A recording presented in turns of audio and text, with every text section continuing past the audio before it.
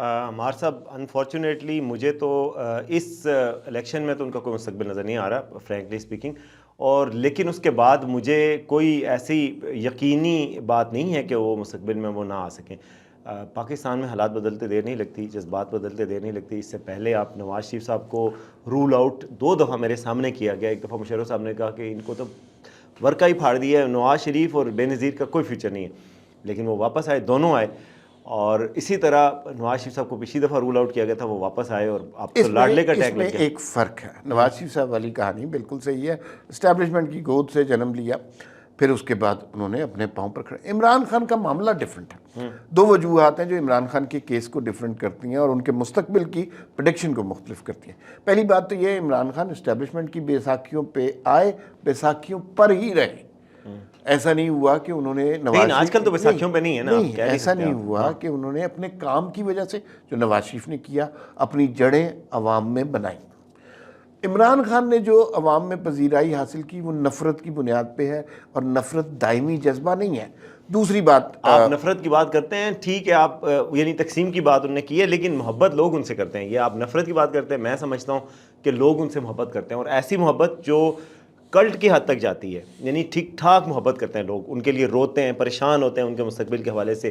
تو یہ چیز انہوں نے اپنے بیانیے کی بنیاد پہ بنائی۔ ٹھیک ہے، کام نہیں کیے ہوں گے، لیکن کینسر ہاسپٹل کو لوگ کوٹ کرتے ہیں، اور پھر انہوں نے بہت سکسیسفل بیانیہ بنایا ہے اپنی چیزوں کو، اور کرکٹ میں ان چیزوں کو ابھی تک وہ چلا رہے ہیں۔ اور دوسرا بیانیہ بہت اچھا بنایا ہے، جی میں ایک بہادر لیڈر تھا، میں کلین لیڈر تھا، میں کچھ کرنا چاہ رہا تھا، مجھے کرنے نہیں دیا۔ آپ اصل میں نا میرے خیال میں بہت زیادہ انفلوئنس ہو رہے ہیں social media, P T I کا جو کچھ کر رہا ہے۔ دیکھیے اب اس کا اثر ہے سر، سوشل میڈیا کا اثر نہ ہو عمار بھائی، آپ کسی گاؤں گلی محلے میں بھی جائیں، لاہور کے حلقے کا ہم سروے کروا رہے ہیں اور وہاں پہ عمران خان جیت رہا ہے، اثر تو ہوا ہے نا سوشل میڈیا کو۔ آپ بالکل الوف نہیں ہو سکتے کہ سوشل میڈیا کی کوئی حیثیت نہیں ہے۔ اس میں دیکھ لیجیے، جو ہمارے دیہات میں، دیہی علاقوں میں الیکشن لڑا جاتا ہے نا، اس کا سوشل میڈیا سے تعلق نہیں ہوتا۔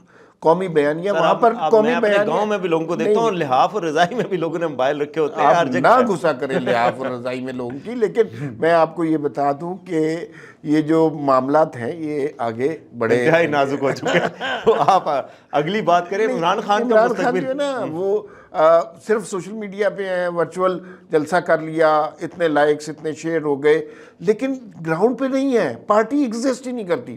وہ پارٹی جس کے اوپر کبھی آپ نے، میں یہ مانتا ہوں کہ تحریک انصاف کے بڑے ڈیڈیکیٹڈ کارکن ہوں گے، آپ نے ایک ڈیسیژن کیا کہ ان میں سے کسی کو ٹکٹ نہیں ملے گا، وکیلوں کو ملے گا، کل آپ کچھ اور ڈیسیژن کر لیں گے۔ نہیں، ان کو آپ ٹکٹ لینے نہیں دے رہے۔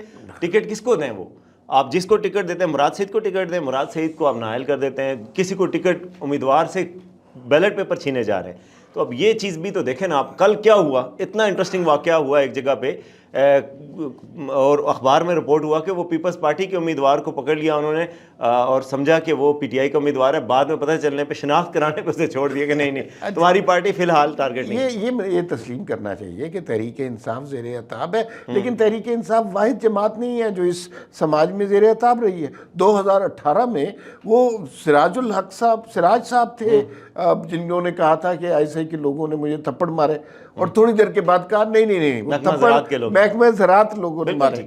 اس وقت ان کے چہرے پہ کم از کم تھپڑوں کے نشان نہیں تھے، چہرے پہ نہیں تھے۔ تو خیر اب یہ تو چلتا رہتا ہے، لیکن نون لیگ بہرحال ایک سیاسی جماعت ہے، عمران خان ایک فرد ہے، اور جس طرح کی یہ اے آئی والی چیزیں کر رہے ہیں یہ بڑی خطرناک ہے۔ لیکن آپ مستقبل پہ ایک سوال ہے نا، اس پہ آپ کی کیا خیال ہے کہ 3-5 سال بعد عمران خان پاکستان میں میجر سٹیک ہولڈر ہوں گے کہ نہیں ہوں گے؟ نہیں ہوگا۔ اس کی وجہ ایک تو یہ ہے، میرے خیال میں ہوں گے۔ اچھا سن لینا میری بات، اللہ تعالیٰ ان کو لمبی زندگی دے، ادروائز وہ ہوں گے۔ ہاں انہیں لمبی زندگی دے، کہ ایک تو یہ ہے کہ ان کا پولیٹیکل سٹرکچر نہیں بنا سکے، اپنے پیروں پر کھڑے نہیں ہو سکے۔ دوسری بات یہ ہے کہ باقی سیاسی جماعتوں نے جن کا ریوائول ہوا، جس میں پیپلز پارٹی، نون لیگ ہے، ان میں سے کسی نے شہداء کی یادگار کو نظر آتش نہیں کیا، ان میں سے کسی نے جی ایچ کے اوپر حملہ نہیں کیا، ان میں سے کسی نے اس قدر زیادہ تشدد کو ہوا نہیں دی۔ یہ جو جرائم ہیں جو لانے والے ہیں وہ بھی سوچیں گے۔ دیکھیں ہمیں بالکل کھل کے بات کرنی چاہیے۔ ظاہر ہے کچھ سیکٹرز کی طرف سے نہیں، لانے والے بدل جاتے ہیں، لانے والے بعد میں کچھ اور سوچنا شروع ہوتے ہیں۔ ڈان لیگز ہوئی تھی یہاں پہ، اور ایک وقت آیا تھا ٹی وی چینل پہ کہا گیا تھا نواز شریف یا مریم نواز کا نام بھی نہیں آنا چاہیے. جب نواز شریف کا نام ہو ساتھ نااہل بھی لازمی بولیں, چاہے ویسے ہی ہو گئے نواز شریف نواز شریف جناب وہاں کھڑے ہو گئے, نااہل نواز شریف بیٹھ گئے نااہل.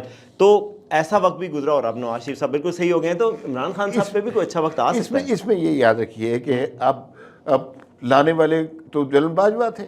اب آپ مجھے یہ بتائیں کہ نواز شریف کو جب بھی فارغ کیا گیا, کبھی نواز شریف نے کہا کہ یہ گیدڑوں کی فوج کا سپہ سالار ہے, کہ مشرف کو کہا, حالانکہ مشرف نے کیا کچھ نہیں کیا. کبھی نواز شریف نے کہا کہ میر جعفر میر صادق فوج کے سپہ سالار ہیں, نہیں کہا نا. کبھی انہوں نے کہا کہ خوف کے بت توڑ دو اور یہ فوج پر ریاست پر حملہ کر دو, نہیں کہا نا. لیکن کافی سخت بیانات تو دیے ہیں. کافی تھے, مطلب انہوں نے کیا بیانات دیے, انہوں نے کیا بیانات دیے کہ میں ڈکٹیشن نہیں لوں گا.